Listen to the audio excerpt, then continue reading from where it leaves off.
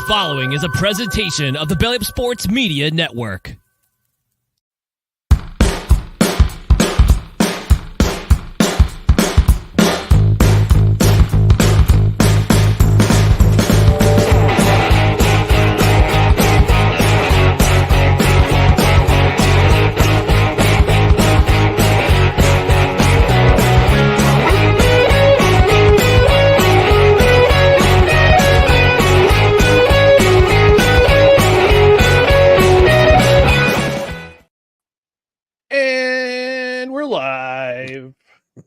Welcome to No Credentials Required, where you don't need a press pass to talk sports. We're back live.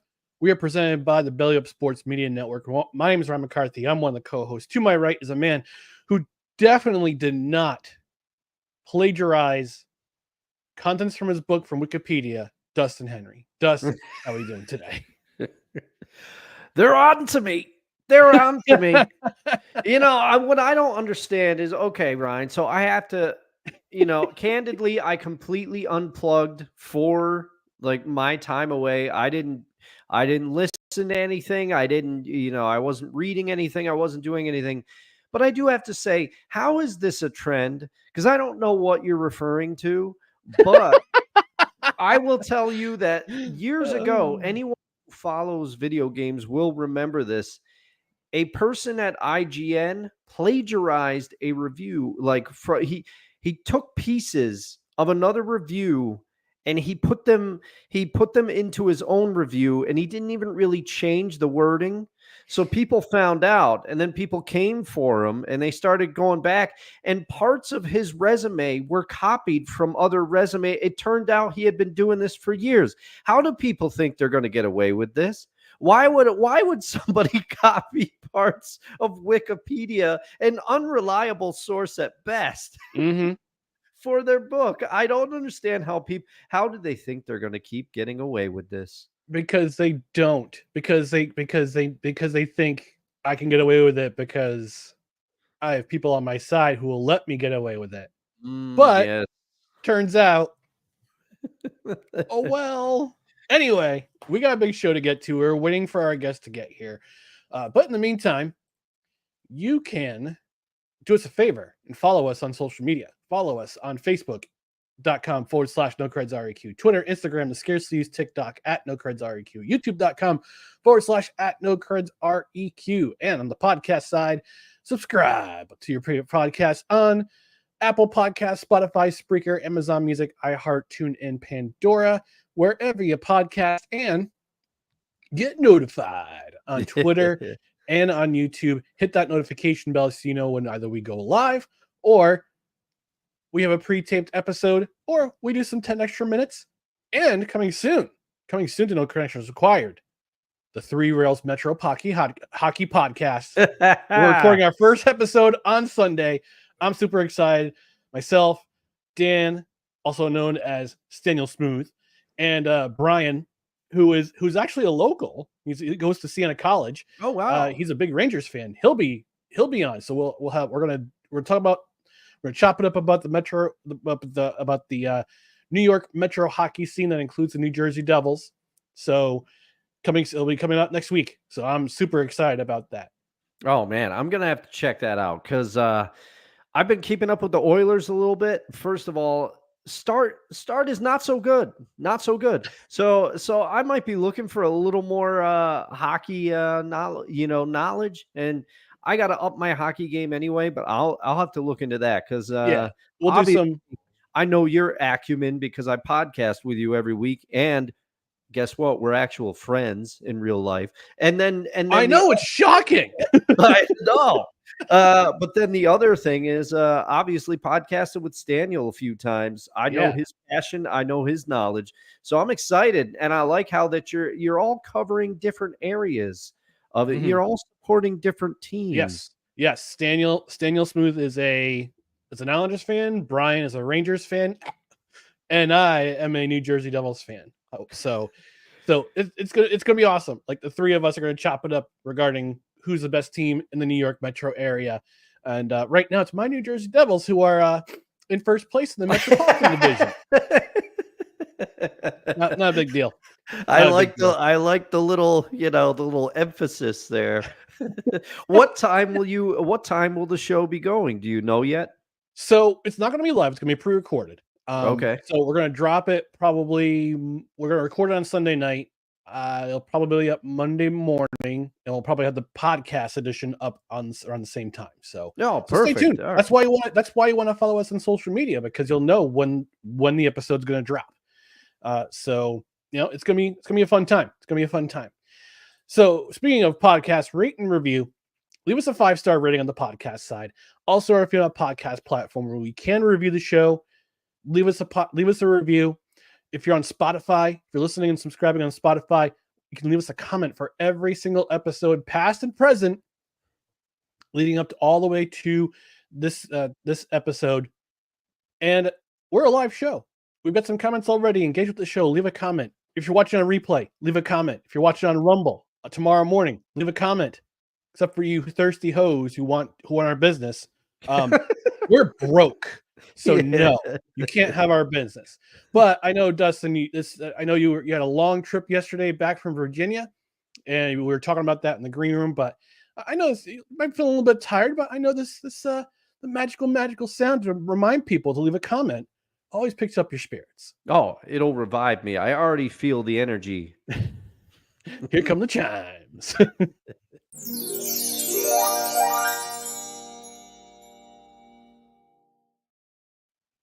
All right. Well, we continue to wait for our guest to arrive.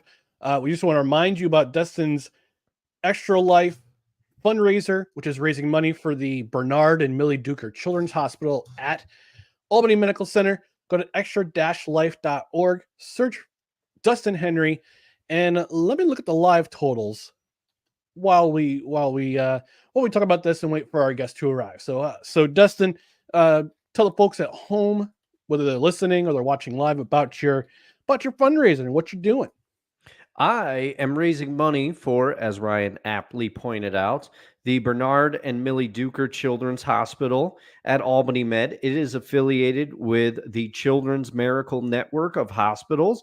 That's what Extra Life is raising money for. It's money to help sick kids. That's the simplest terms I can put it in. It is money that will help local area sick children. There are a number of Children's Miracle Network affiliated hospitals, but this one is mine. Your donation, should you be able and in a spot to donate, is tax deductible, and I will be raising money on the official Extra Life game day, which is November 2nd. I will be attempting to play video games for 24 straight hours to raise money. I am currently working with my friend who I just visited in Virginia to put together the list of games, and we are getting dangerously close. So I might have to do a couple of test streams to make sure. Ryan's got the link down below. It's extra-life.org. Search my name.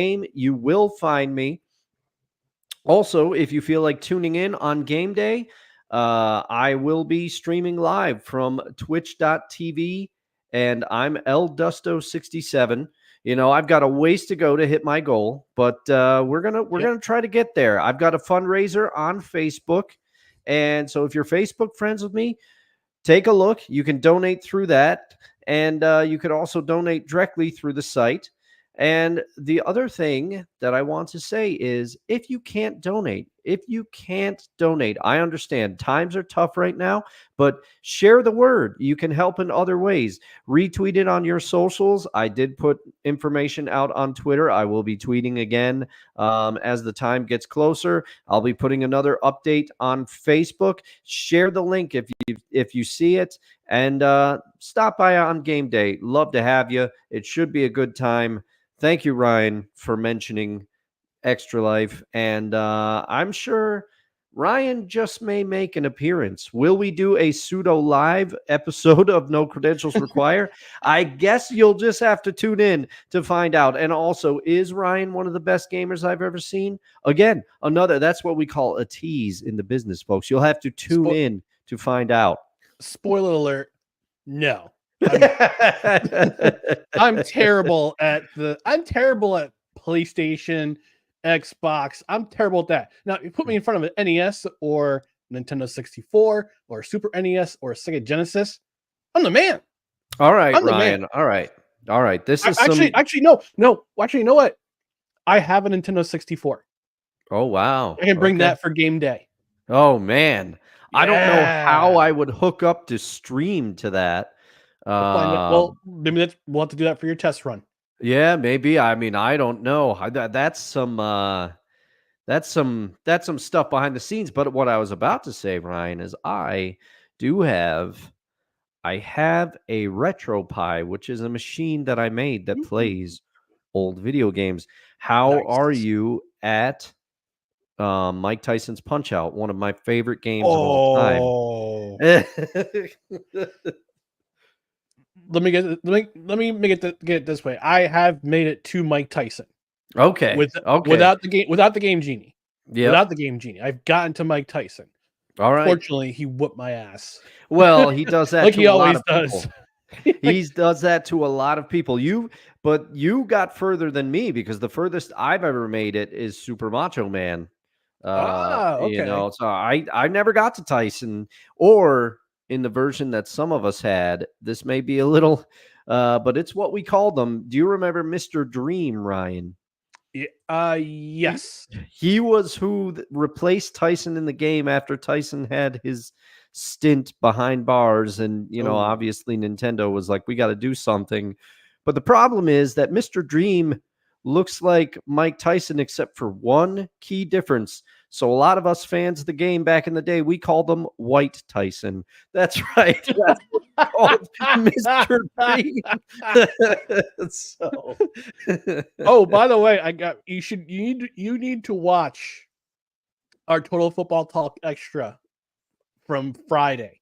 All right. About an hour and 27 minutes in, I schooled Drew about Canadian Thanksgiving and his head. You just need to watch his fixed facial expression. And he almost exploded. His head almost exploded. All right, actually, before our guest is close. Our guest is close, but let's take a quick trip to the comment section. We got Sap, the pink hand of Sapna checking in. Sports ball, checking in here.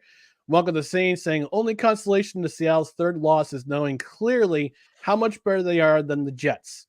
Wonko, December 1st. Oh, yeah. And just you wait until we unleash Devontae Adams on your asses. H is twirls fingers like Mr. Burns. Listen, we may be a mess right now, but we also may be a mess on December 1st. We don't really know. We'll find out. Yeah, well, and you know, I know, and I'll have to tune into the hockey episode just so I can, you know, I want Staniel's perspective and Kevin's perspective, but I knew I would have called Seattle's loss my biggest disappointment this week, and I would have called them out for the second straight week because I laid into them last week because they lost to the Giants. That was ridiculous. Mm-hmm. But this 49ers game, I knew what was going to happen. I mean, I didn't get to watch anything in Virginia. You know, I'm a guest in their house. They are not football fans, so I'm not going to say like, "Hey guys, we got to be doing, we got to be watching football. I got to be ready for the cast." I need to watch 7 hours of commercial-free football. It was a little withdrawal, although I do have to say, before our guest arrives, Ryan, I just want to check your general temperature because you got to watch more than I did. But I felt like after, and maybe it's being spoiled because the last couple of weeks had some great matchups. It had some great games. This week, in comparison, week 6, kind of a whimper. You know, no big upsets, no games that really, usually there's a couple games that really stick out as like the most entertaining. And I didn't, from my catching up sessions, which may or may not have been on lunch at work today. I didn't see anything that was like amazing, you know? Yeah. Continuing with comments, Dr. Lady checking in. Sports ball. Playmaker Darnell Salins, going by his government name here, Says no credentials, bros. What's good? It's been a minute. Good to see y'all. Good to see you too. Yeah, Mr. nice to see Playmaker. you. And Wonka the saying Tyson is still doing that to people, right? Or did that Jake Paul fight happen yet? I think that's still postponed. It got postponed a couple times. Yeah, I Might as well do so. some real-time research. I believe so. And since we've got her in the comments, I got to know, Dr. Lady, how are you feeling? Mets Dodgers tied 1-1. How are you feeling about this series? How you liking it? Ooh, she was not happy yesterday about the Dodgers losing. And it looks like it's going to be November 15th. Tyson Jake Paul. So prepare to witness a murder on stream on Netflix live and in person. Oh man. And Playmaker says, well, Dustin, Detroit whooping Dallas brought a huge smile to me. Okay. I'm gonna go behind the scenes. So Uncle Al was texting me Sunday, as he often does, and I told him, I said, unfortunately, I'm missing football today. I'm in Virginia, and he goes, oh, I won't spoil anything. All you need to know is that Dallas is getting absolutely destroyed at home. And I, much like Wonko earlier, went, excellent. So, oh, we gotta play it then. We gotta play Tyrone Ellison McDummy, aka Dollar Store Usher. We gotta ask that question.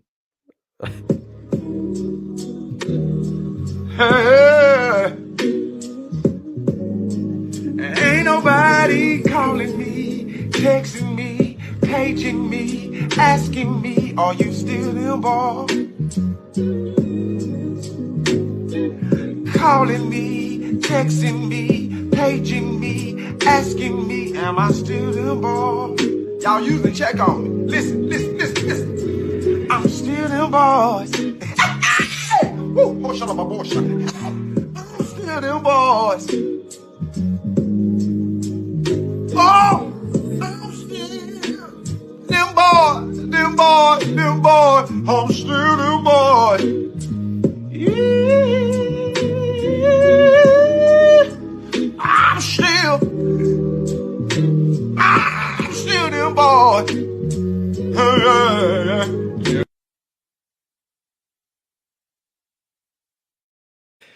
oh man, I don't know how he is today. And the answer is no, you ain't. Yeah. All right, he's winning in the green room and Playmaker. Damn you, Ryan. All right, he's waiting in the green room, but I'm gonna bring him in. We have he is the one of the hardest working guys on the streams. He is the owner of the Play Caller Sports Talk Network. He hosts a variety of shows, which includes the Eagles Elite podcast, the Monarchs of Wrestling, what he does with the aforementioned Playmaker, and he's also hosts Play Callers Sports Talk, which you found on Fridays. Monarchs of Wrestling you can find on Mondays, and Eagles Elite, I believe he does on Tuesdays, but I'll have him correct me. Ladies and gentlemen, making his no credentials required debut is Cool McCain. Cool. How are you doing, pal? What's going on tonight? Gentlemen, what's going on? How are you? It's an honor. It's an honor to have you on the show. Oh, glad to be here, guys. Glad to be here.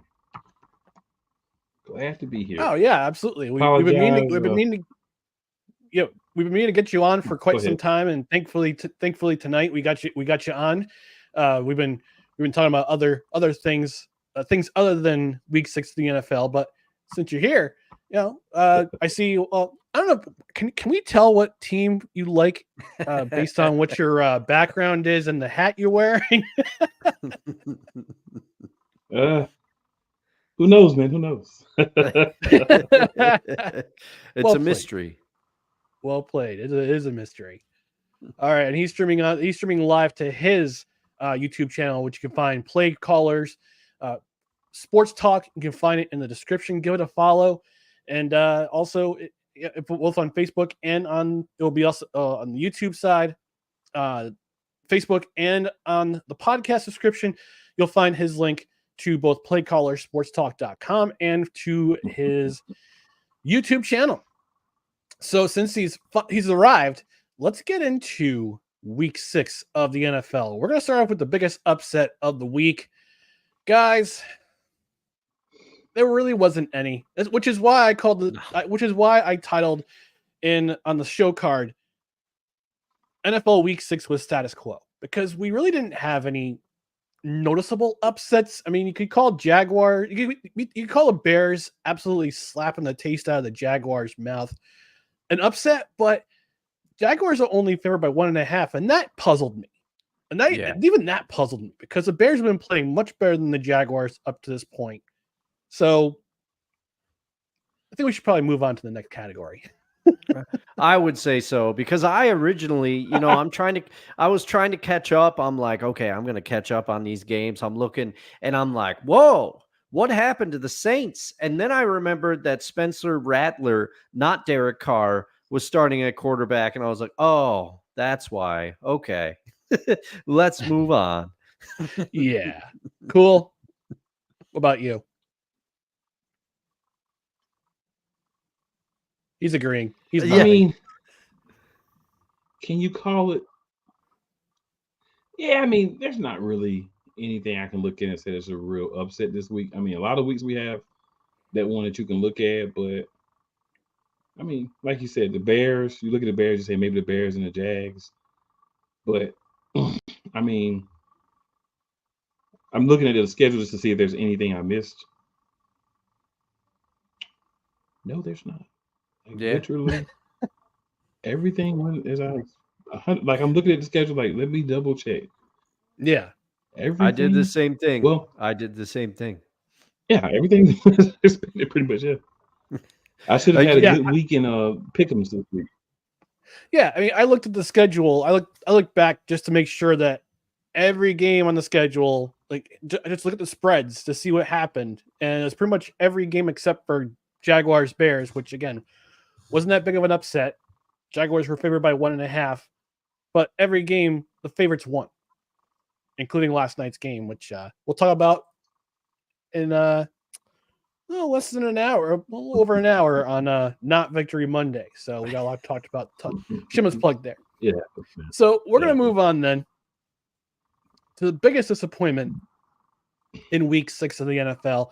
And since he's our guest, Mr. McCain, what to you stood out as the biggest disappointment in week 6 of the NFL? My biggest disappointment comes from the NFC East. The Dallas Cowboys forgot they had a football game. And the Detroit Lions remembered they had a football game. And to score 9 points in an NFL game and talk about how you steal them boys and you're this and you're that, it's disappointing, guys. You're not America's team when you can't even score a touchdown on the Lions. Okay? Now win the game, score a touchdown, not even make the game close. 47-9. 47-9. That's the biggest disappointment for me. And I love the rub it in Cowboys fans' face too. Yeah, you're more than welcome to do that.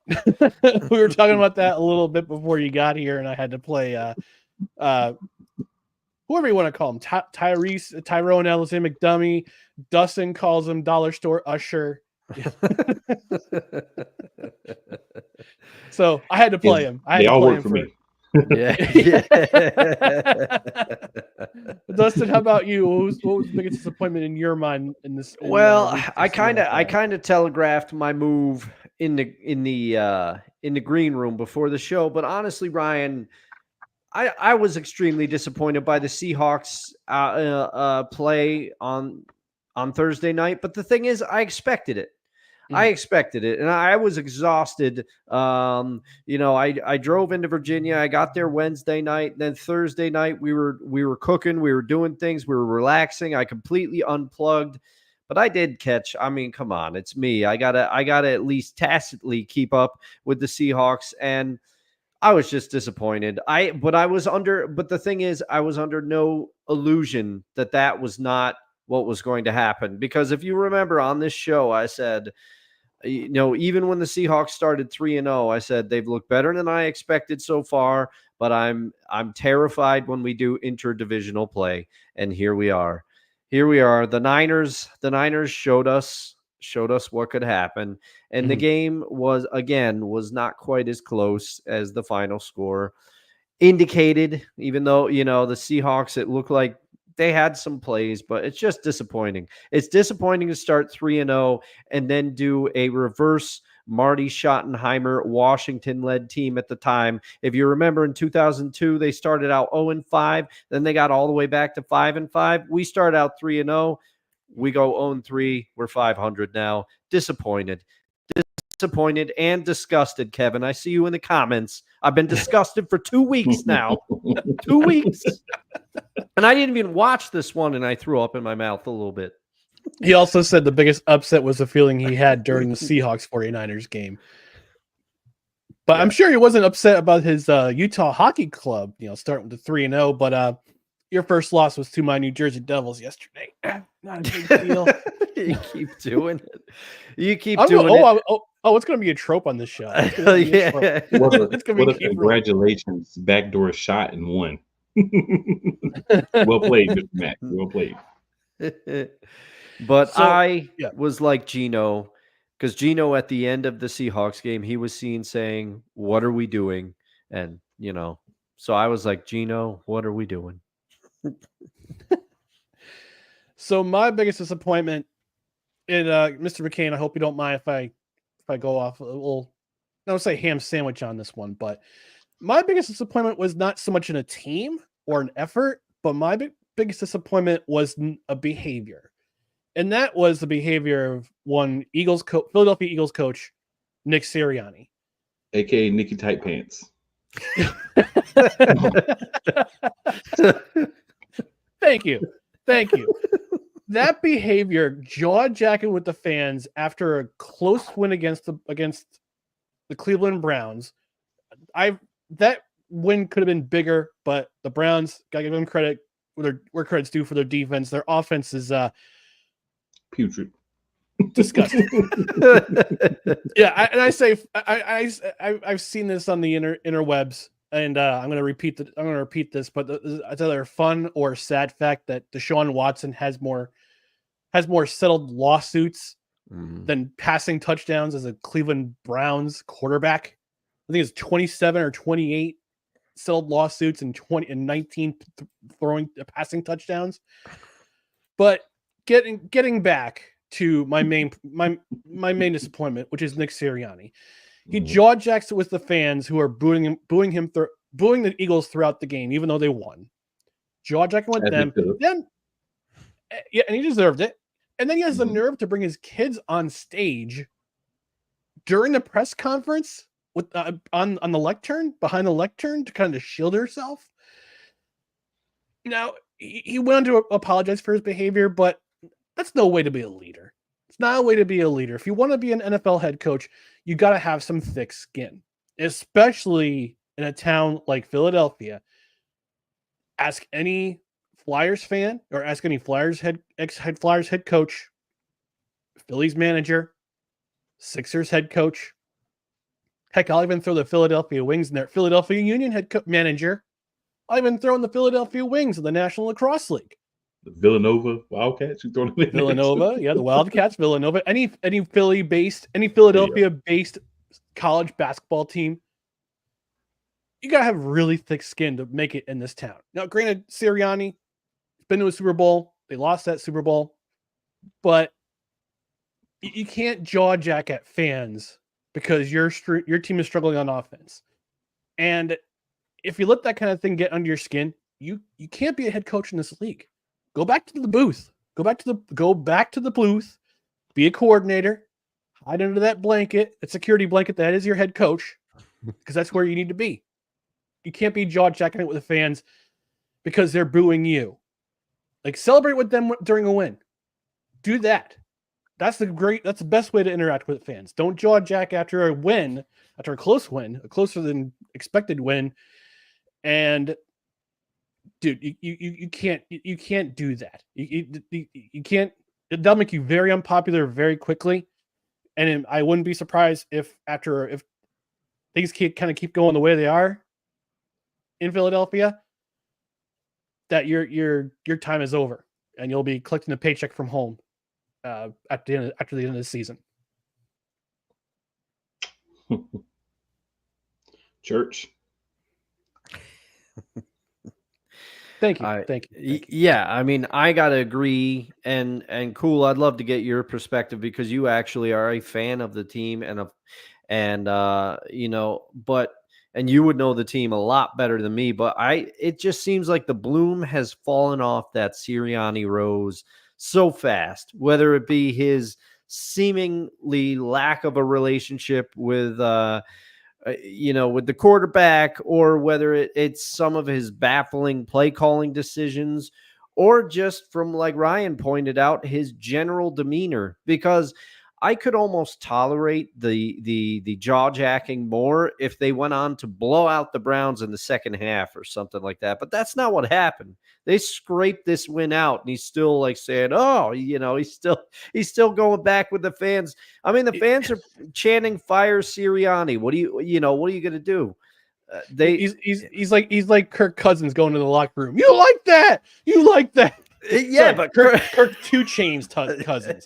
Sorry. Yeah, but still, that was, to Kirk's credit, that was a great comeback that they had. That was a great comeback win. Yes. So, but cool. I'd love to get your perspective. Why do you think the bloom has fallen off the rose? As a fan, why is everybody so upset with Nick Sirianni? It seems like there's a few obvious reasons to pick from, but what do you think the reason is?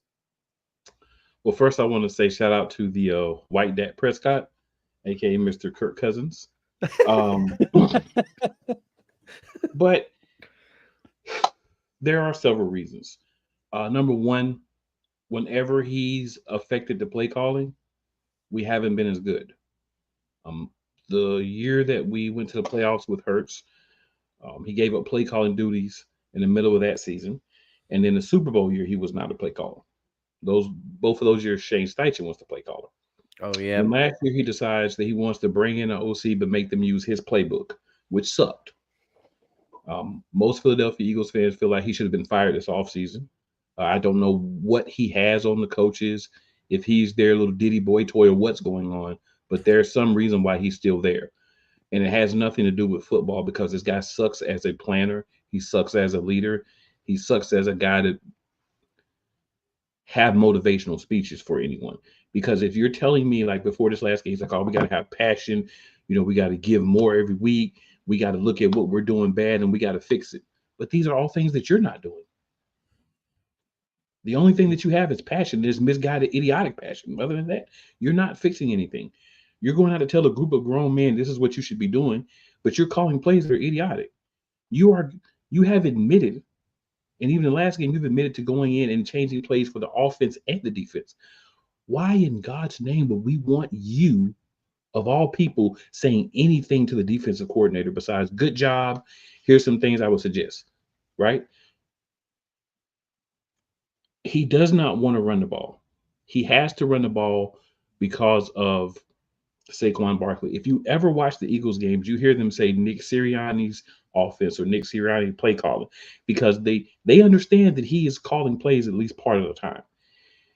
When you're an offensive coordinator that knows what you're doing, like Kellen Moore, and people can argue good or bad, but he should have the opportunity, if he was hired to do the job, to call the game the way he wants to call it, and not have this idiot jump in and say, no, I want to do this on fourth down, even though it's 0-0, I want to go for it on 4th and 3, and I'm going to do something cute. So then, we have this game. We have a 4th and 1 at the end of the game. Instead of using the brotherly shove, tush, push, whatever you want to call it, we decide to kick a field goal, which I don't have a problem with, but where's the consistency? Also, as fans for multiple years, as people who dissect, break down football, we understand you have a game plan in place. So you want to start the game, if you're the offensive coordinator, you want to do certain things so that later in the game, you can use those same formations to do something different. But if you've got this guy saying, no, let's not use that play, let's do this instead, that messes up the flow of the game that you want to call. And because you understand that the person that is your boss is really just a doofus that should just be managing both sides and shutting up, but he wants to get involved, that's got to be frustrating for the coordinators as well. And ownership is not saying, hey, general manager is not saying, hey, Nick, we were promised in the preseason as Eagles fans a bill of goods, right? We were told in the offseason, the preseason, that he was going to be the game manager. He was going to lead the offense to the coordinator. He was going to lead the defense to coordinator. And he was just going to kind of be the guy like, hey, maybe I want you to do a run play here or a pass play here. Or, hey, maybe I want to sit back on this player. Maybe I want to blitz on this play. Like, little small impact. But we've seen more because we've seen, especially on offense, things that don't make sense and that are dumb in the flow of the game. And we always point those back to Nick Sirianni because it's the same things that he had the offensive coordinator doing last year. It's the same thing he was doing in his first year when he was calling plays. You notice how many shots we take down the field with Jalen Hurts? That's because of Nick Sirianni. Yep. Okay. It's not that Jalen Hurts can't make those plays, but why? We saw him score off of a nice fake. He faked to the left, came back to the right, took a step, planted, zipped the ball across the field to Devontae Smith, and he took it in for a score. He didn't have to throw the ball 40 yards down the field. Yeah. You have to understand defenses. You have to understand what they're giving you. And as a guy who I think he was a wide receiver in college, I think that's the problem, right? Because he was a wide receiver in college. He never got his shot, so he wants to show that wide receivers are the best. How about winning is the best? And how about not barely beating teams that you should blow out? And granted, the only reason that game is close is because of the blocked field goal on a 4th down and 3 that we should have been able to get with the brotherly shove. So you're going to use it on 4th and 3 in other situations, but you're not going to use it here. But you'll throw a pass on 4th and 3, or you'll run the ball up the middle with an ineffective Saquon. Why is Saquon ineffective? That's a great question. He was ineffective in the last game because the coaching staff never called anything unique for him. It was the same 3 or 4 plays. Another staple of a Nick Sirianni system. That's why Eagles fans hate Nick Sirianni. We don't think he has the football IQ or the temperament to be the head coach of a team and be involved with that team that can win a Super Bowl. That's the problem that we have with Nick Sirianni. Yeah, that's perfectly said. And it reminds me of Al Davis. Al Davis in the 90s and early 2000s. People used to say, like those Art Shell would be down on the sidelines. He'd call a run play, and somebody else would be like, "No, we're going deep on this one." And then Raiders players would be like, "How do you know?" And they just look up to the booth. Al dialed up a deep play because Al loved the deep ball. We all know it. So that's what that reminds me of. Is I didn't realize it was that bad in Philly, but thanks for summing that up for me. Yeah, no problem. Yeah. So if he would just shut up and let the guys do their job, and then if it sucks, then you can say it, right? And then also the last piece, he likes to throw everyone else under the bus, right? He'll say, "Oh, I got to coach better. I got to do this. I got to do this," but he always seems to throw a couple of people under the bus, and he's real snippy and uppity with the media. I so wish I was media in Philadelphia because I don't care if his kids were there. I would have drilled him. I would have drilled him harder because his kids was there. No, did he? Yeah. So, playmaker playing the role of Sick Diggy here. So this mild, cool tangent is brought to you by Eagles Elite Podcast. When the Eagles fly high, you must be elite. I might have to steal that playmaker. There you go. Shout out to my Monarchs brethren, as well as there was a couple of people in the comments. What up, Sick? Yeah, I'll give him a shout here. So let's see. Yeah. Playmaker saying my Monarchs brother, Cool McCain. Welcome to Sane saying welcome, Cool. Sick with the what in the Philly cheesesteak. Daniel Barry from the Daniel Barry Sports Highlights saying, "Yo!" Yeah, you always supports. Anthony Price, Eagles versus. That's fair. That's fair, AP. Mm-hmm. AP saying Eagles versus Brown. That game should not have been close. And a resident Detroit fan, Julie from Michigan. She's very happy with that result. Shout out, Julie. Sunday. Yeah. Oh, yeah. I enjoyed what y'all did this past week. Yeah. And can I read this one? Yeah, go ahead. So, Playmaker says, "My biggest disappointment is Gerald." Oh, we just may hear about him later in the show. Oh, you will. We will. That's for sure. All right, we got to move along here. We'll talk about the most entertaining game this week. And I've got one. Dustin's got one. Cool, McCain. Okay, let's start with you. For you, obviously your Eagles won, although like you said, it should have been a bigger blowout. But to you, but in your mind, which was the most entertaining game from Week 6? I'm gonna have to go with the Commanders and the Ravens. I know this is a cop out because we expected that before the game, but it was a really good game. Yeah, and it showed that the Commanders are the real deal, even though they lost. But it also shows that there are ways that they can be beaten. We see the Ravens ascending, right? They started off, they didn't get too many wins earlier, but then they came on. They've come on 4 straight. They've figured out how to use their pieces. Mm-hmm. Nick Sirianni, you hear that? They figured out how to use their pieces. They figured out to run the ball, and they figured out to say, you know what? We got a quarterback that can run. We got a running back to run. We've got wide receivers. We've got 2 tight ends that can catch the ball. We've got everything we need for this offense to be successful. And we don't care if it's the run or if it's the pass or if it's the combination. And the Commanders, to their credit, they brought it. Throwing the ball, running the ball. They did their thing too. They don't have, to me, as good of a secondary as the Ravens do. Not that the Ravens has a secondary they've had in the past, but they don't have as good as a secondary. But they stayed in this game and they fought. 23-30 was the end.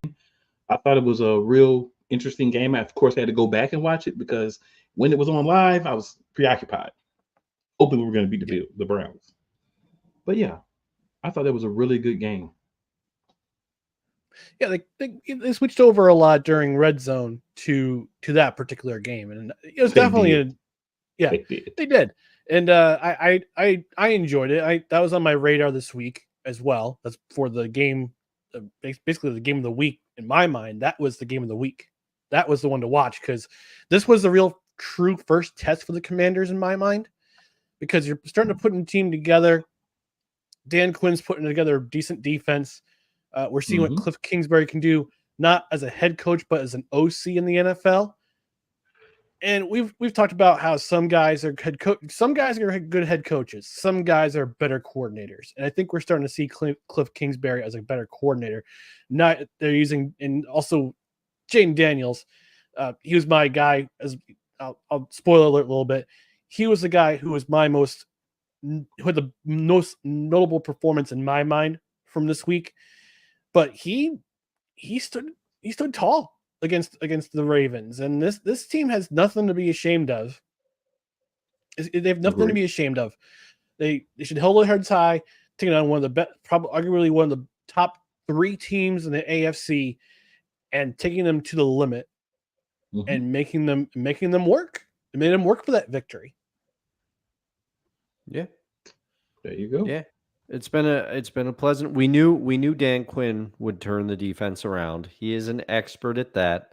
Now, whether his defenses can hang on to leads when they've got them, we'll see. We'll see, because everybody knows what happened when he was the head coach in Atlanta. And I remember the Seahawks-Patriots Super Bowl, which everybody, and rightly so, everybody lays that at the feet of Pete Carroll. But you got to remember, it was the Dan Quinn-led defense that let the Patriots back into that game. So it's a trend for him. And by the way, congratulations to the city of Atlanta. They'll be hosting the 2028 Super Bowl. So congratulations to that city. They'll be hosting it at Mercedes-Benz Stadium, which is a pretty nice stadium from what I understand. It is. I've been there. It's very nice. And the Chick-fil-A sometimes is open on Sunday too. So there's that. Oh, okay.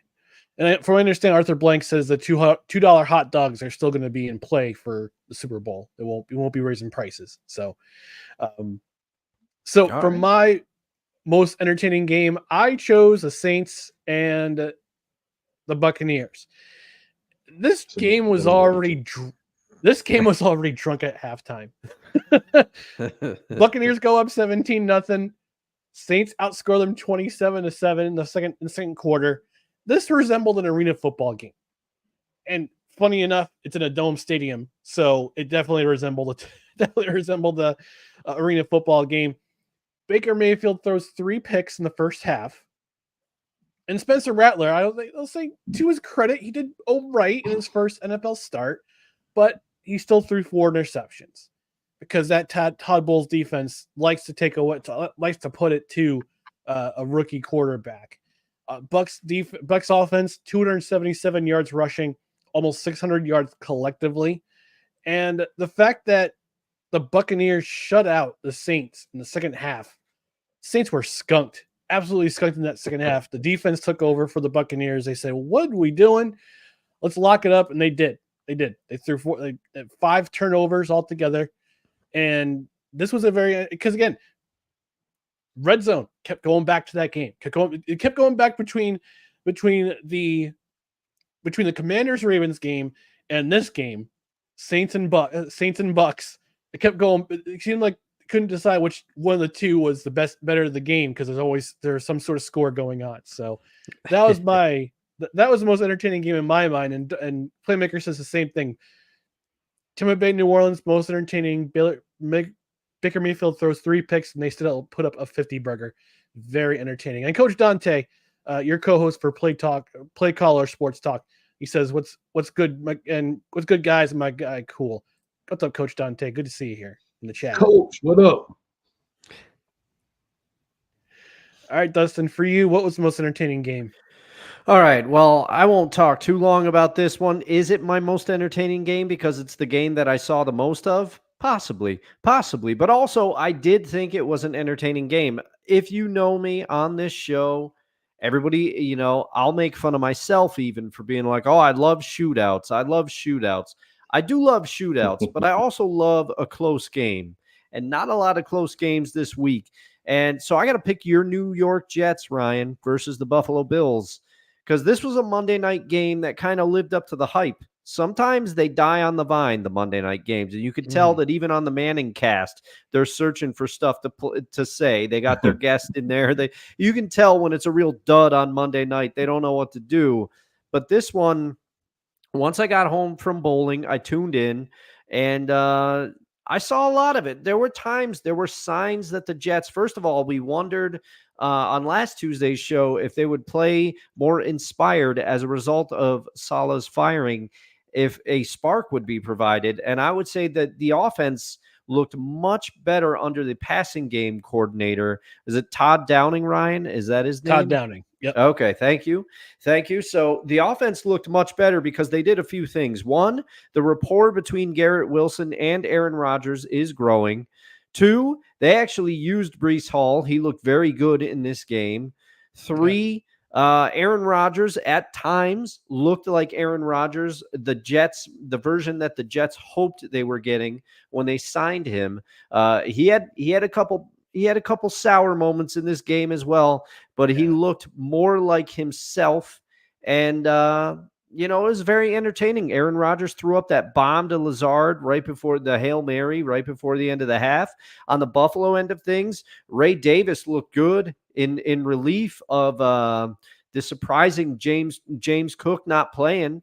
And, Ty came in. He looked good. Ty Conklin, I think.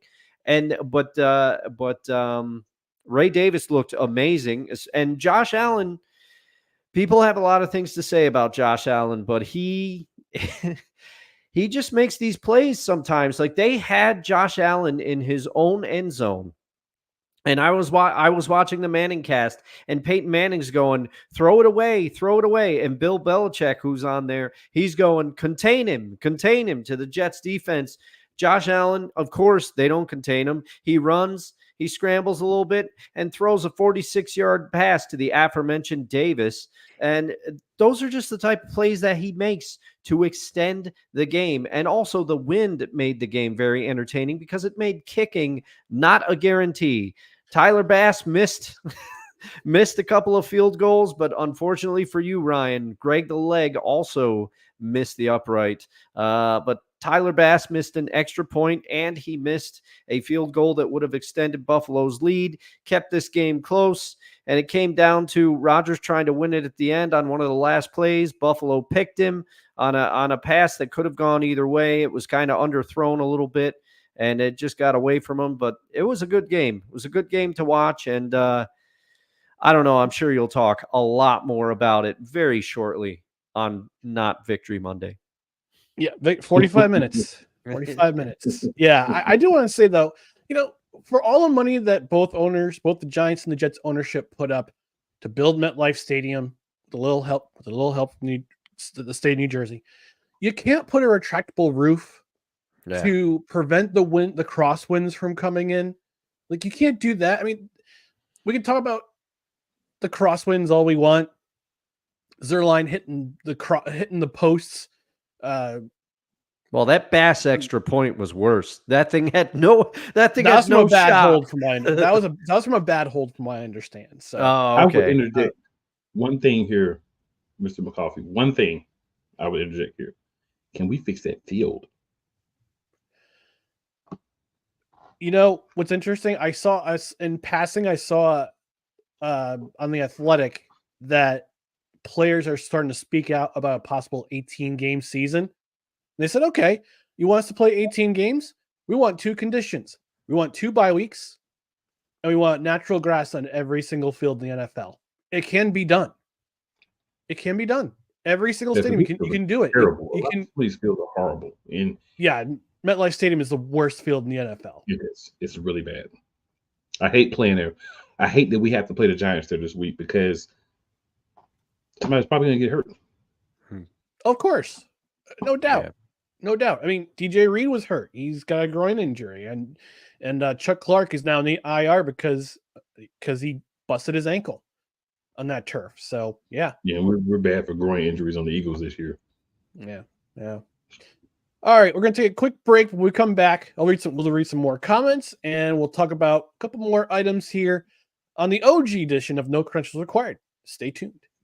Hey everyone, it's Ryan from No Credentials Required to talk to you about one of our newest partners at Belly Up Sports, SeatGeek. Yeah, live sports is great on television, but the feeling of being at the arena is a priceless experience. That's why our friends at SeatGeek are there to help you find the best tickets at the best prices. Not only can you get tickets to sporting events, we can also get tickets to concerts, comedy shows, musicals, and more. Search for your desired event now at SeatGeek.com, enter promo code BellyUpSports at checkout, and you save $20 off your first purchase. SeatGeek. Life's an event. We have the tickets.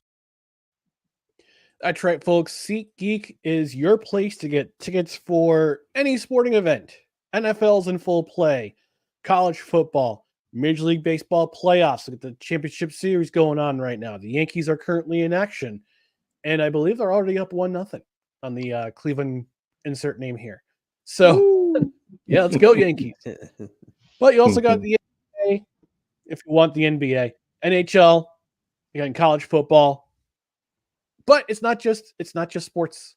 It's not just sports. You can go for concerts, comedy shows, musicals, anything that requires a box office ticket. You can go on SeatGeek, use their pricing tool to get the best prices, the best seats, the best prices available, and you can save yourself some money by using the code BellyUpSports at checkout to get $20 off your order of $50 or more. So whether you're buying a ticket for yourself, you're buying a group of tickets, you can save yourself a little bit of cashola by using that promo code BellyUpSports at checkout.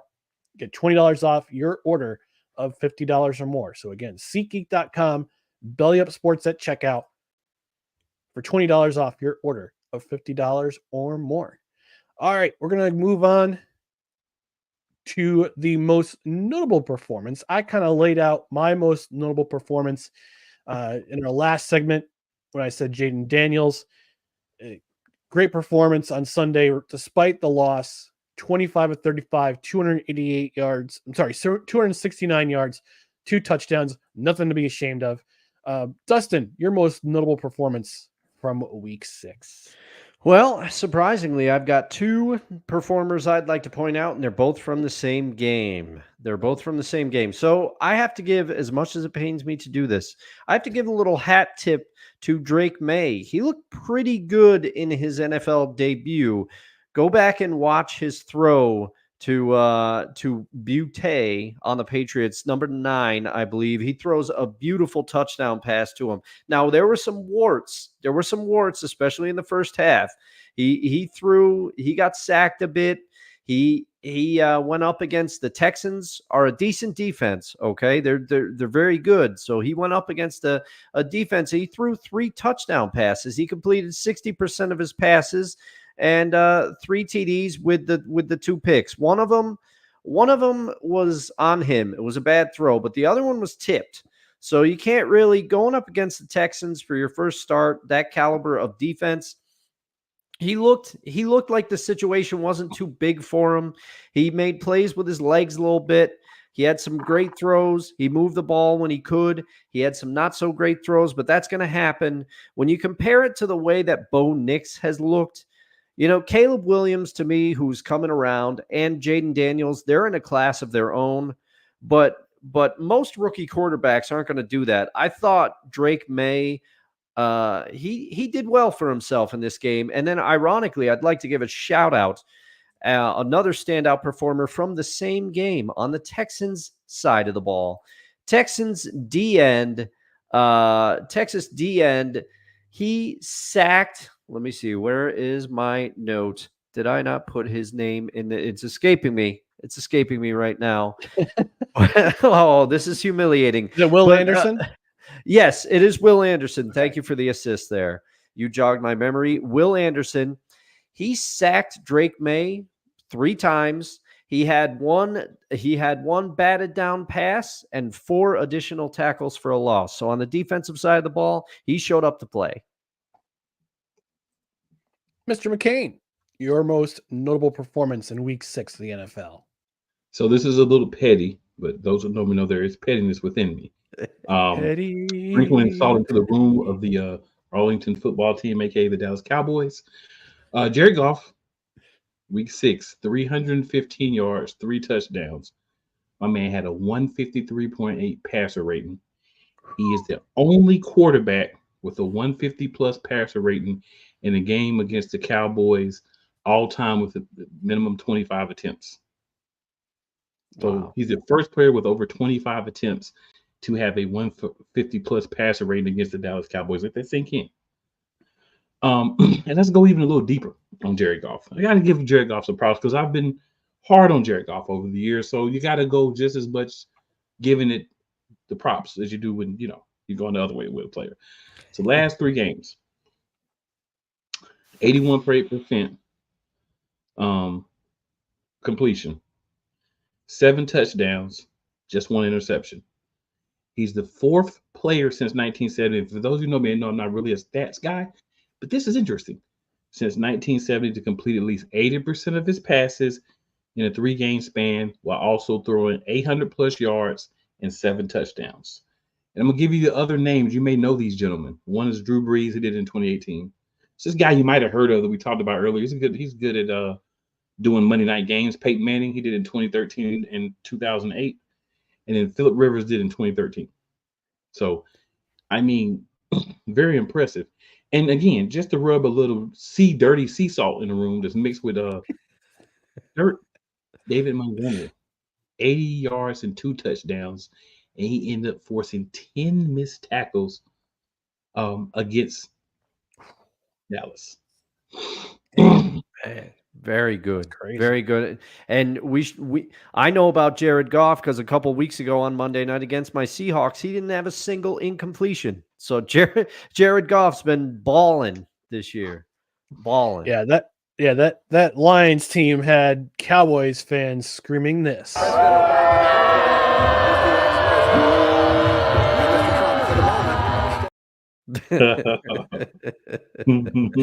All day long, and it spoiled Gerald's birthday as well. It was his birthday. Oh, I didn't know that. Yep. I didn't know that additional That's what made it fact. even better.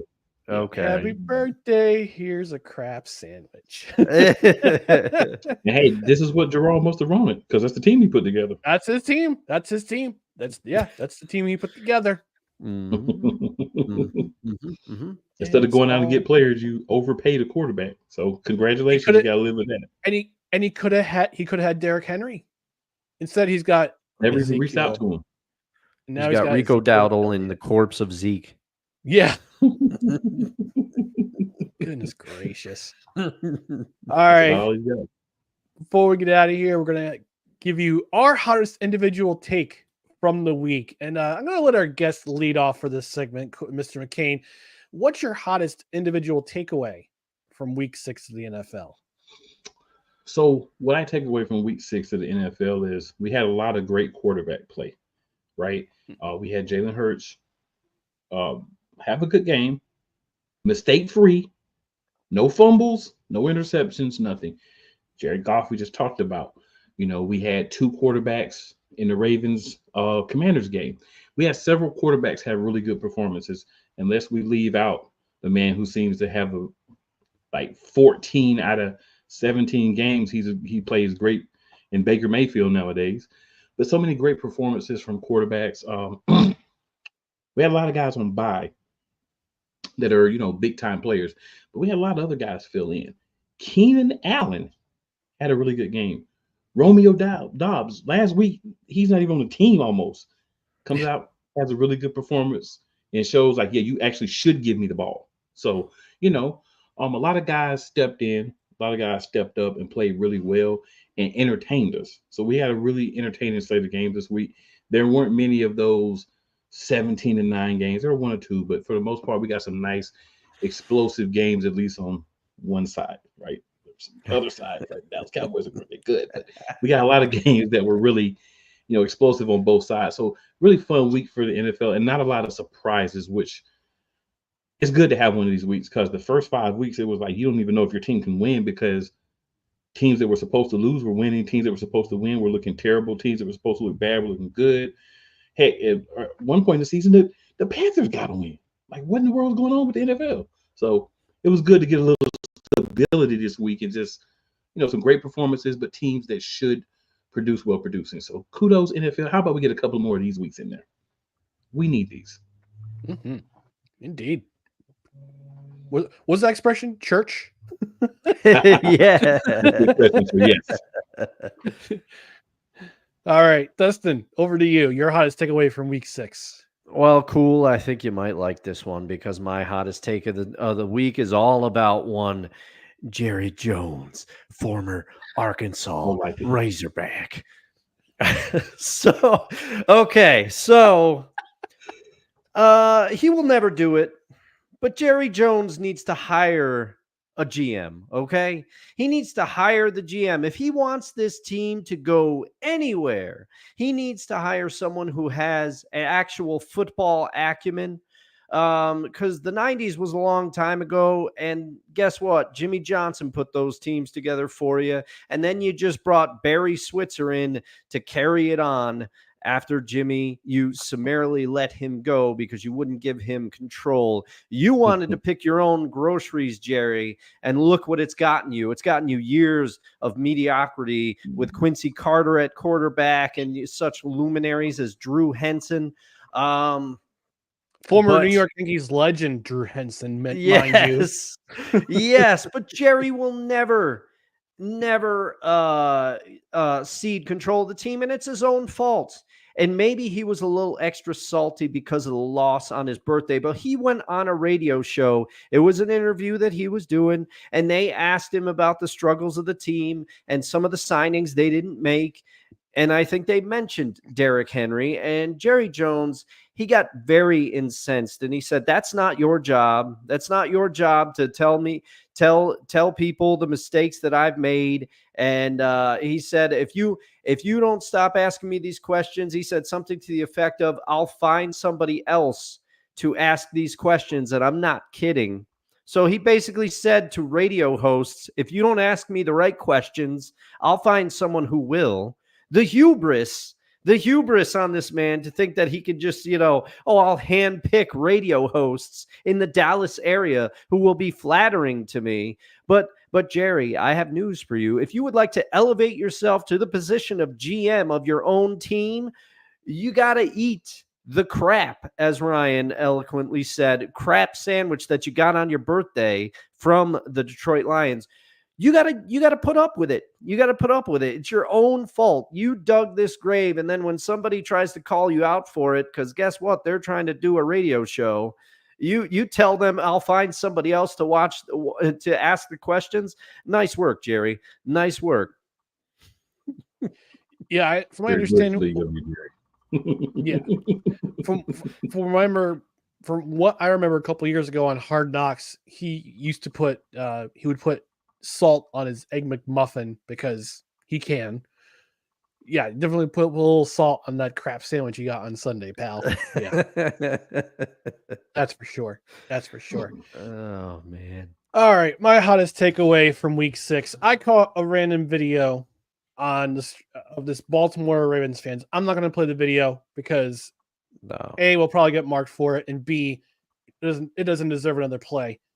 This jackass Baltimore Ravens fan roaming the streets of Baltimore is looking for Washington Commanders fans to fight after the Ravens win on Sunday. He kicks and punches one fan. He throws another fan against the brick wall of a restaurant and punches him and gets him to walk away.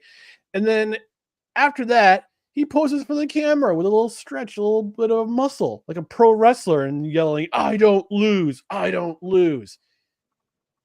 Listen, I don't know if this is real or if this is a production, something that was just made up for the heck of it, just for clicks and giggles. But if it's real, we don't need fans like you in the NFL. No. We don't need fans like you in football. Pro, college, high school, alternative. We don't want fans like you. Don't be a schmuck. Be happy. Your team won.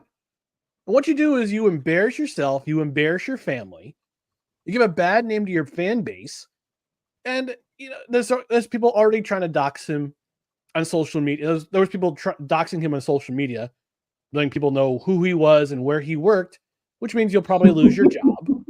Yeah. So congratulations there. But yeah, we don't need fans like you ruining football. Football's violent enough as it is. It's a collision sport. It's not a contact sport. It's a collision sport.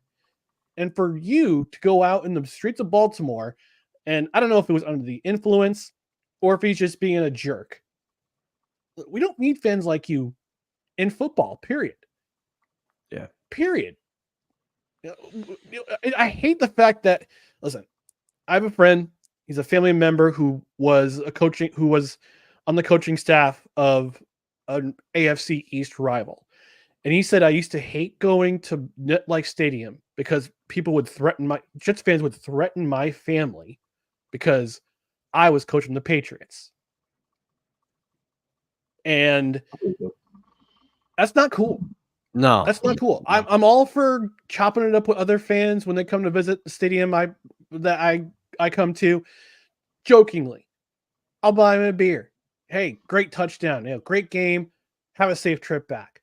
That's the fans you need. Not going out and looking for random fans to fight of other teams because your team won.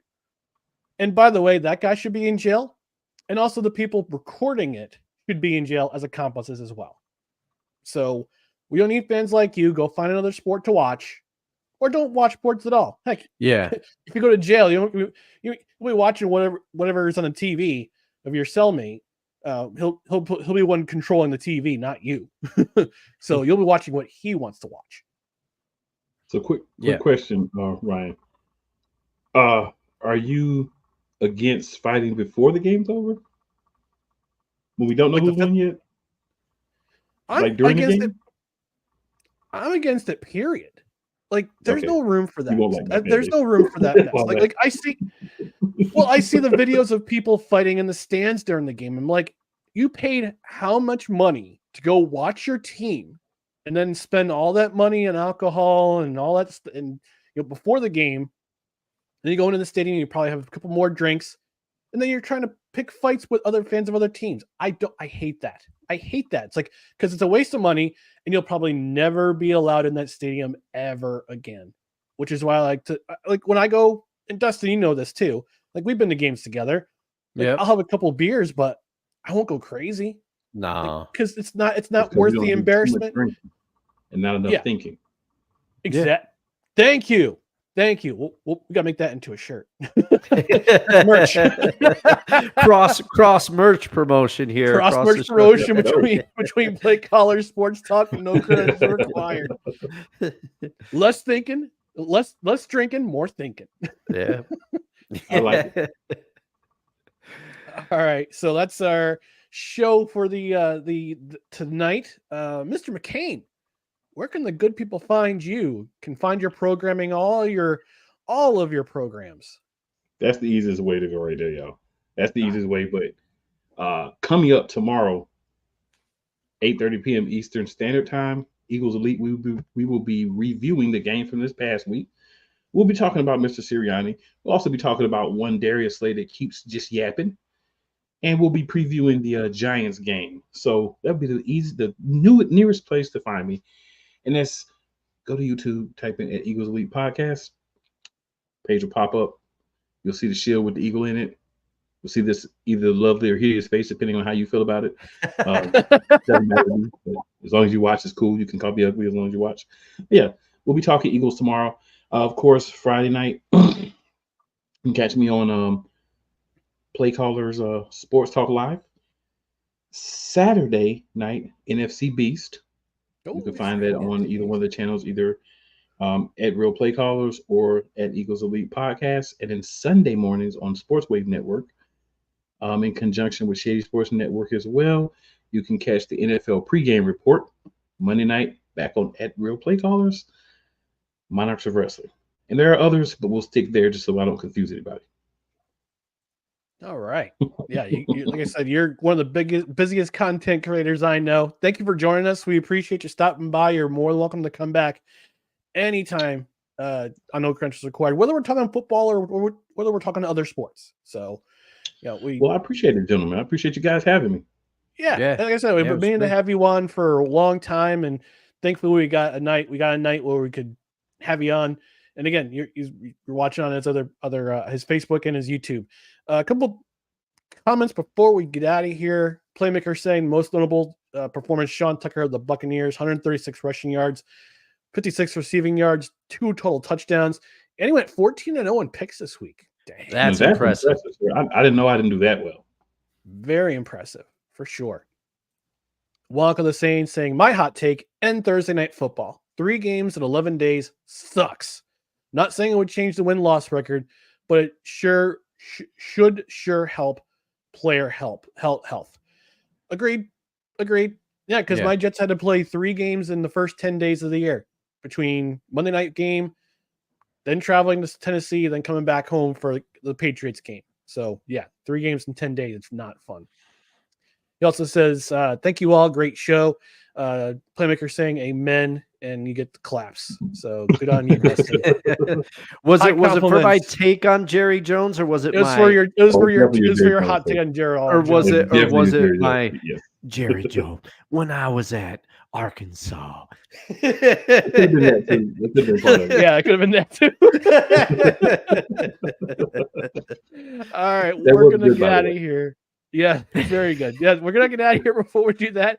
So a reminder about the social media channels: Facebook.com/NoCredsREQ, Twitter, Instagram, TikTok @NoCredsREQ, YouTube.com /NoCredsREQ, and subscribe to the podcast on your preferred platform, including Apple Podcasts, Spotify, Spreaker, Amazon Music, iHeart, TuneIn, Pandora, and get notified on Twitter and on YouTube. Hit the notification bell. That way you know when we go live, or we have a pre-recording, or we have 10 good minutes. Hopefully we'll chop it up about the Vince McMahon documentary on Netflix very soon. I'm going to re-up my Netflix subscription for that. So no spoilers. All right. I haven't watched yet either, Ryan. I'm waiting. I haven't watched it yet, but okay. If you're going to do that, let me know. I think I might want to have a few comments on it. Okay. We'll keep that. We'll keep you in mind. And again, absolutely. go to actually before I talk about that, rate on the podcast side, rate and review. A 5-star rating would be helpful. Also, leave a review if you can on any of the podcast platforms that have reviews available. On Spotify, leave a comment about the episode. On the replay, also leave a comment on the replay, whether on YouTube, on Facebook, or on Rumble. Again, no thirsty hoes. No, we don't want your business. Go away. Also, don't forget about Dustin's Extra Life fundraiser for the Bernard and Millie Duker Hospital at Albany Medical Center. I actually made a donation during the live read. So thank you very much, sir. Thank you very much. Check the page. I put down a donation. Again, extra-life.org.